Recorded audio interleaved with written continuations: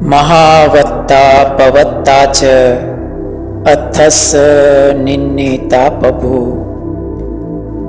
अमतस दाता वीयो बुद्धं तम प्रणाम्यहम्।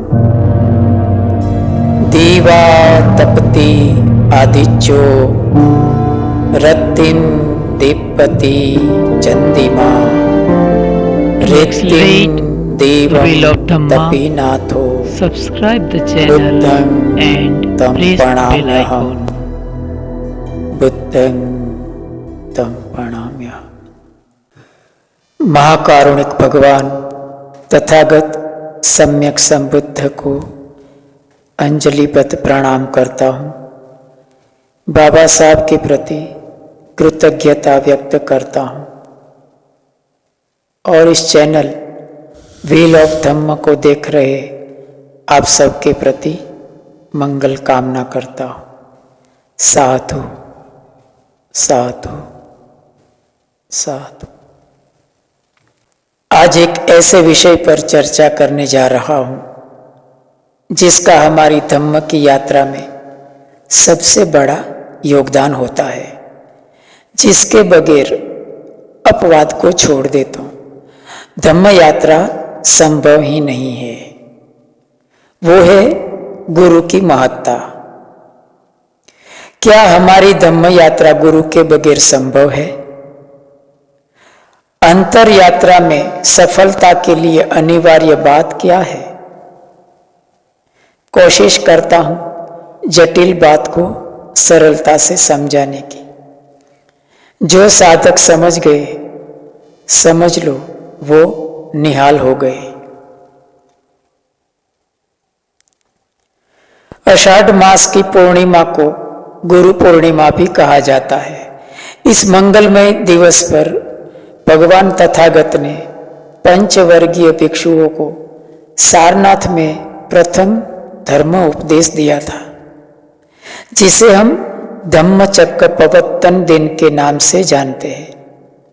इस मायने से आषाढ़ पूर्णिमा को धर्मचक्र प्रवर्तन पूर्णिमा भी कहा जाता है। और इसी पूर्णिमा के दिन भगवान ने धम्म की खोज के लिए महाभिनिष्क्रमण अर्थात गृह त्याग किया था। संसार में रहे होते तो निसंदेह चक्रवर्ती सम्राट बनने वाले थे। मारने भी जाते हुए राजकुमार सिद्धार्थ को 7 दिन के अंदर चक्रवर्ती सम्राट बनाने का प्रलोभन भी दिया था, लेकिन बोधिसत्व सिद्धार्थ ने लोक कल्याण के लिए काषाय वस्त्र पहनकर गृहत्याग करना पसंद किया। वो मंगलमय दिन आषाढ़ पूर्णिमा का था। कोई धम्म का मार्ग बताने वाला ही ना हो तो इसीलिए तो भगवान ने धम्मदान को सर्वश्रेष्ठ दान कहा है। सर्वदानम धम्मदानम जिनाति, अमृत के समान कहा है। अमतम ददो चसो होती यो धम्मम अनुशासति। जो धम्म में अनुशासित करता है अर्थात धम्म देशना करता है, वो अमृत का दान देता है। अमतम ददो चसो होती। हम कोई बार गलत जगह गलत शब्दों का इस्तेमाल करते हैं।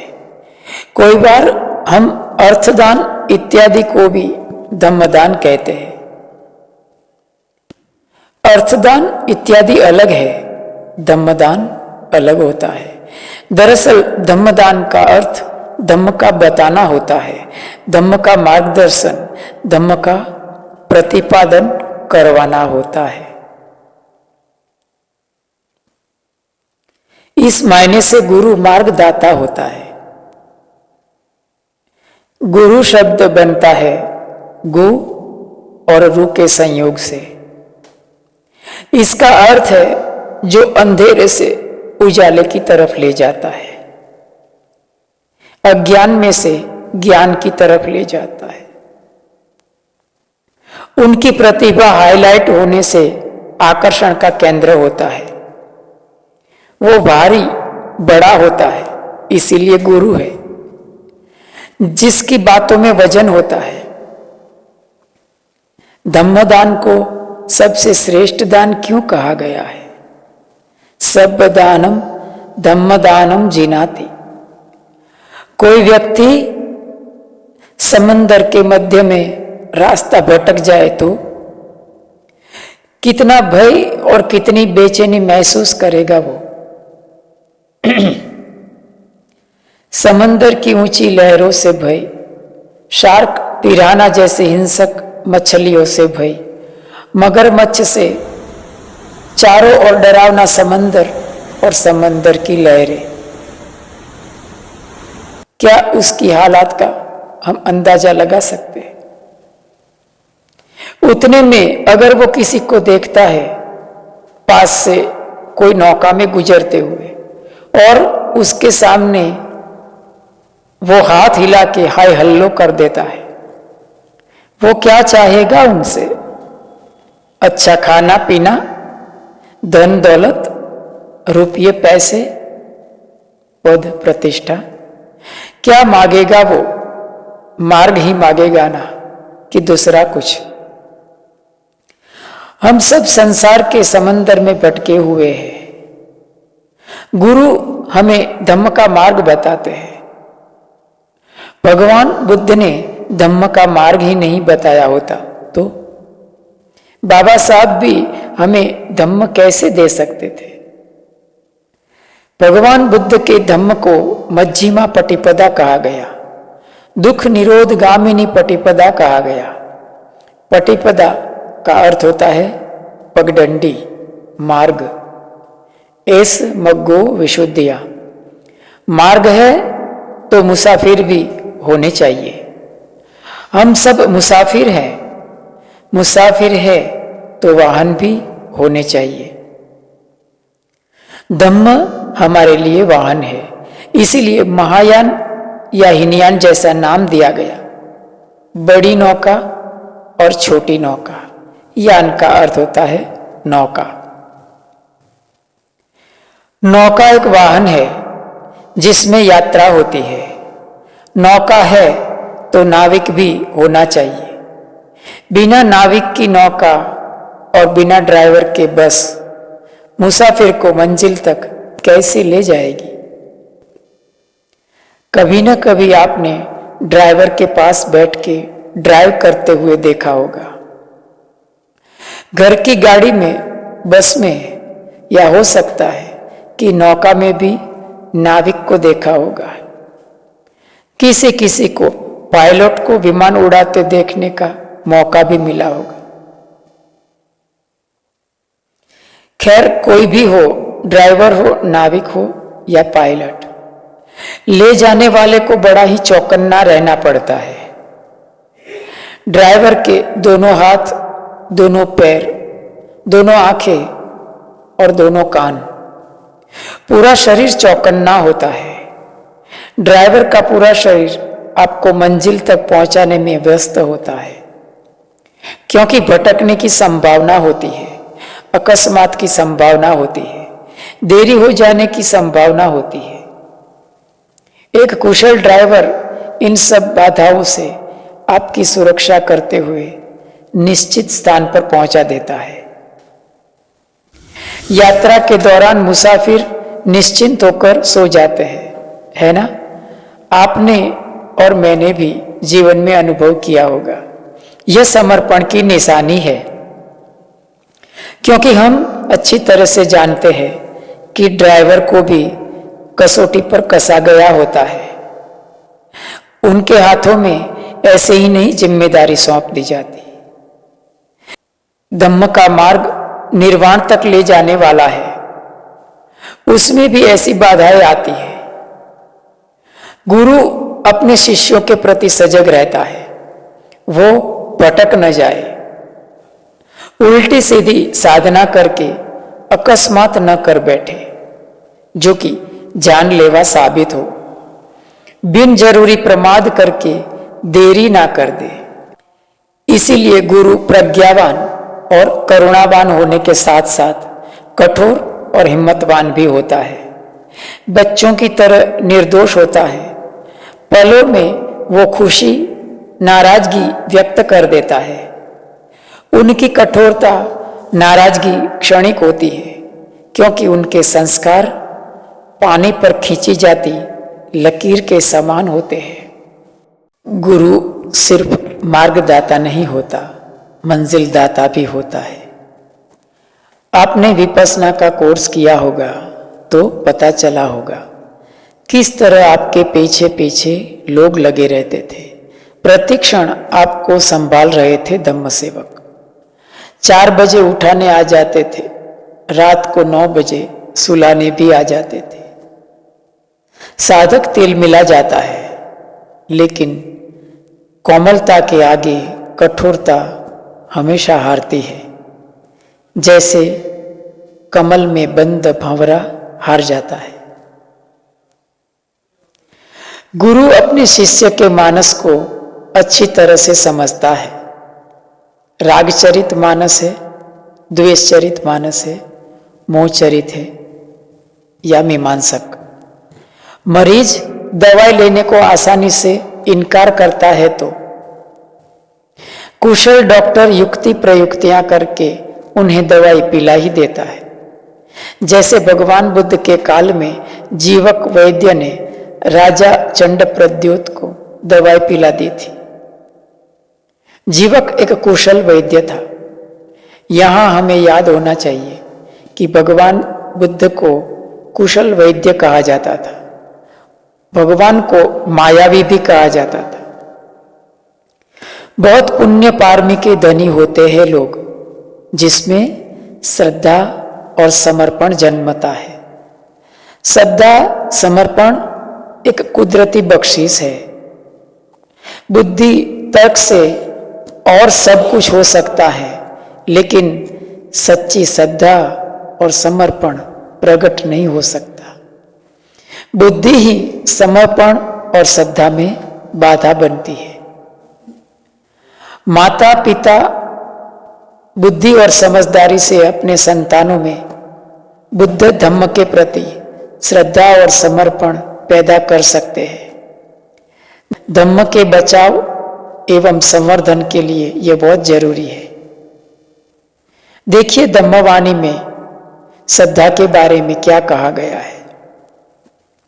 श्रद्धाशीलम सुतम चागो हिरि ओत्तप्यम धनम पय्या धनंते संबुद्धम वंदे सत्य महाधनम। श्रद्धा को सबसे बड़ा महाधन कहा गया है और उसे सबसे पहले रखा गया है। श्रद्धाशीलम सुतम चागो। श्रद्धा को धम्म के बीज रूप कहा गया है। श्रद्धा बीजम तपोवुट्ठी पय्यानम युगनम गलम। अगर कोई पेड़ है, हमारा जो धम्म है वो एक पेड़ के स्वरूप में है। अगर किसी भी पेड़ का, वृक्ष का बीज ही नहीं होता तो बीज के बगैर कोई भी वृक्ष किस तरह से पौधे का रूप लेगा, किस तरह से वो पेड़ बनेगा। इसीलिए कहा कि श्रद्धा है वो बीज के रूप में है। यानी कितना महत्वपूर्ण श्रद्धा को बताया है।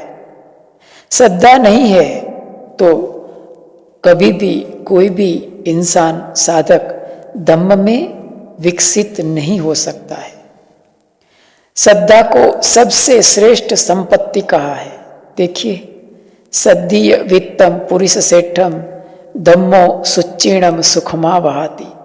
पुरुषों का सबसे श्रेष्ठ धन है सद्दीय वित्तम पुरुष सेठम। भगवान बुद्ध के काल में असंख्य भिक्षु भिक्षुणियां क्षण मात्र में अरहंत बन जाते थे। क्यों जानते हैं? क्योंकि वे भगवान बुद्ध के प्रति श्रद्धा और समर्पण से परिपूर्ण थे। भगवान बुद्ध के काल में सारिपुत्र जैसा महाप्रज्ञावान भिक्षु अपने धम्म गुरु के प्रति कितना तो श्रद्धा युक्त और समर्पित था। अश्वजित ने उनको सिर्फ चंद पंक्तियों में धम्म की राह बताया था। हे धम्मा हेतु पब्बवा हेतु तथागतम आह ते संज एवं निरोधोच एवं वादी महासमणो। सारिपुत्र जिस दिशा में अश्वजित होते थे उस दिशा में नमस्कार करते थे। अन्य भिक्षुगण उनको समझ नहीं पाते थे और वो सारिपुत्र की निंदा करते थे। उनको लगता था कि सारिपुत्र में से पूर्व के क्रियाकांड अभी तक गए नहीं है। देखिए, सारिपुत्र जैसा धम्म सेनापति अपने गुरु अश्वजित के प्रति किस कदर श्रद्धा और समर्पण से युक्त था। मिलारेपा एक महान महायानी भिक्षु था। हालांकि यहाँ उनकी बात करना उपयुक्त नहीं है, फिर भी जहाँ तक सवाल श्रद्धा समर्पण का है तो उनका दृष्टांत देता हूँ। मिलारेपा एक महायानी भिक्षु था। अपने गुरु मारपा से विद्या सीखने के लिए किस कदर समर्पित था वो। गुरु उनको एक मीनार बनाने के लिए कहते हैं। वो मीनार बनाने लगता है। अभी थोड़ा ही बना था कि गुरु उसे तोड़ डालने के लिए कहते हैं। मिलारेपा वो मीनार तोड़ देता है। ऐसा गुरु उसे बार बार करवाते हैं। मीनार बनवाते हैं। आधा बन जाने के बाद उसके पास ही उसे तोड़वा देते हैं। मिलारेपा की पीठ पर छाले पड़ जाते हैं। वो भाग जाना चाहता था, लेकिन आखिर में गुरु मारपा उन्हें बड़े प्यार से समझाते हैं, क्योंकि मिलारेपा के ऊपर हत्याओं का अपराध था। वो कहते हैं कि तुम्हारे ऊपर हत्या करवाने का जो पाप था उसे धोने के लिए प्रायश्चित बहुत जरूरी था। इसलिए मैंने तुम्हारे पास बार बार मीनार बनवाया और तोड़वाया था। अंतर्मुखी होकर हमारे अंदर के मैल को दूर करना गुरु के बगैर संभव नहीं है। इक्के दुक्के अपवाद रूप बुद्ध और महावीर स्वामी जैसे किस्से में संभव हो सकता है। गुरु बगैर अंतर यात्रा करना खतरे से खाली नहीं है। इतना ही नहीं, गुरु बगैर धम्म साधना आखिर में मजूरी में परिवर्तित हो जाएगी, मजूरी साबित होगी। आखिर में साधक का पथ भ्रष्ट होना तय है। इसे अच्छे से मन में बिठा लीजिए। मेरी, आपकी और गुरु की बहुत पुण्य पारमी होगी अगर इतना सुन के श्रद्धा समर्पण को आप तैयार होते हैं। श्रद्धा और समर्पण ही धम्म के क्षेत्र में एक सफलता है, समझ लो। गुरु 3 प्रकार के होते हैं: व्यवहारिक गुरु, शैक्षणिक गुरु और धम्म गुरु। माता पिता व्यवहारिक गुरु है, जो बच्चे को समाज में व्यवहार करना सिखाते हैं, भले बुरे लोगों की पहचान सिखाते हैं, कैसे लोगों के साथ बरतना है वो माता पिता सिखाते हैं। हमें स्कूल विद्यालयों में जो शिक्षण दिया जाता है, जीवन के निर्वाह के लिए, सुख सुविधाओं के लिए, धन उपार्जन के साधन बताए जाते हैं, वे सब शैक्षणिक गुरु के द्वारा बताए जाते हैं। वो शैक्षणिक गुरु है जिसके पास हम विद्या अर्जित करते हैं। धम्म गुरु हमें अंतर्मुखी बनकर कैसे निर्वाण रूपी परम मंगल की प्राप्ति करें वो सिखाते हैं। धम्म गुरु हमें जीने की कला सिखाते हैं, मरने की कला सिखाते हैं। आखिर गुरु की जरूरत क्यों है? हम कितनी भी कोशिश करें, हम अपने आप को नहीं सुधार सकते हैं। अपवाद की बात नहीं कर रहा हूं, बुद्ध और महावीर अपवाद थे। अपने आप को सुधारना अर्थात मन से मन को सुधारना, मन से मन को सुधारना अर्थात अपने ही दोनों हाथों के पंजों को लड़ाना। कौन जीतेगा? जीतेगा कोई नहीं, मगर हम हार जरूर जाएंगे। हमारी शक्ति क्षीण हो जाएगी। लेकिन परिणाम शून्य आएगा, क्योंकि गुरु बगैर मन से मन को सुधारना आत्मघाती है। अनुभव करके देखिए, कोई संकल्प लेकर देखिए, आप ही अपने संकल्प को बार बार तोड़ेंगे। आपका ही संकल्प आपको बार बार तोड़ेगा। आदमी संकल्प करता है क्या? रोज 4 बजे जागकर ध्यान करना है, चाहे कुछ भी हो जाए। थोड़े दिन तो चलेगा, फिर देखना कैसे कैसे बहाने निकलते हैं 4 बजे नहीं जागने के। आप अपने ही संकल्प को बार बार तोड़ेंगे और फिर आपका ही संकल्प आपको बार बार तोड़ेगा। आत्मघात। बहुत लोग मजबूत मनोबल के हो सकते हैं। कुछ बाह्य सूत्रों से सुबह जागना आसान हो सकता है। पति पत्नी, बेटा बेटी अलार्म मदद कर सकते हैं, लेकिन वे गुरु का पर्याय कदे नहीं बन सकते। हर साधक को एक धम्म गुरु के मार्गदर्शन तले ध्यान में आगे बढ़ना चाहिए। जितना श्रद्धा समर्पण बलवान होगा, उतना ही साधक त्वरा से प्रगति करेगा। आप कितनी अपेक्षा करते हैं गुरु से? हम कैसा गुरु चाहते हैं, वैसा गुरु हमें कभी भी मिलने वाला नहीं है, याद रखिएगा। हमारी अपेक्षा दरअसल एक बहाना है गुरु के प्रति समर्पण नहीं करने का। हम बहुत बार देखते हैं कि समाज में, बुद्धिस्ट समाज में योग्य गुरु की तलाश की जाती है। हमें योग्य भिक्षु चाहिए। कैसा भिक्षु चाहिए वो हमको मालूम नहीं है। हमें योग्य भिक्षु चाहिए, और जीवन को देखेंगे उनके तो सुना सुना मालूम पड़ेगा। उनके जीवन में कोई भी गुरु नहीं होगा। वो किसी भी भिक्षु को प्राधान्य नहीं देंगे।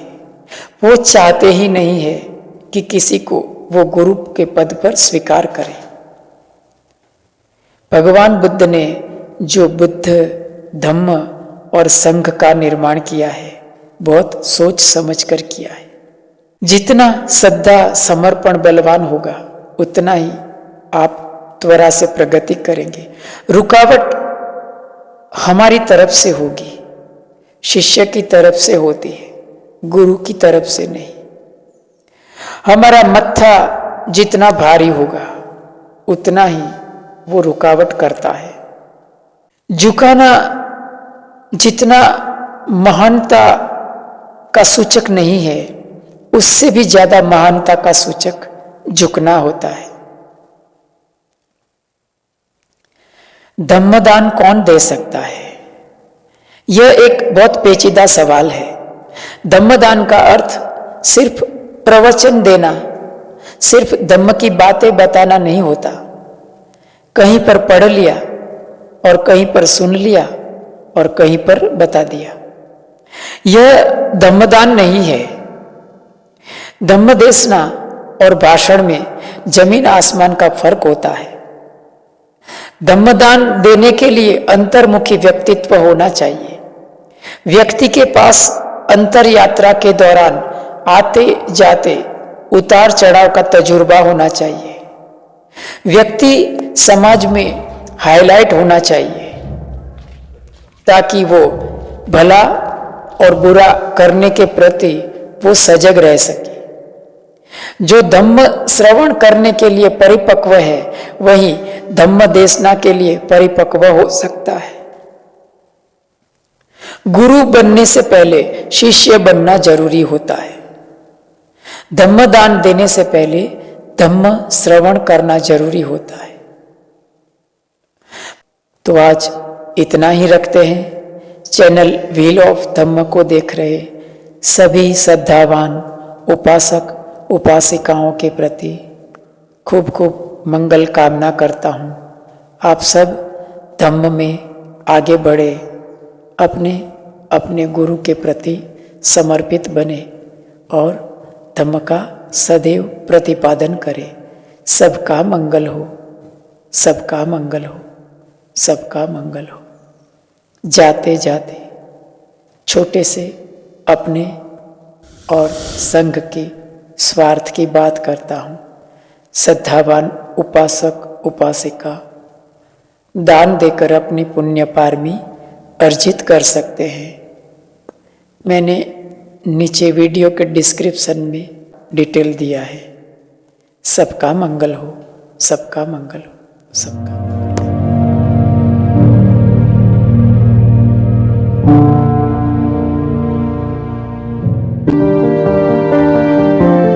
To accelerate the wheel of Dhamma, subscribe the channel and press the bell icon.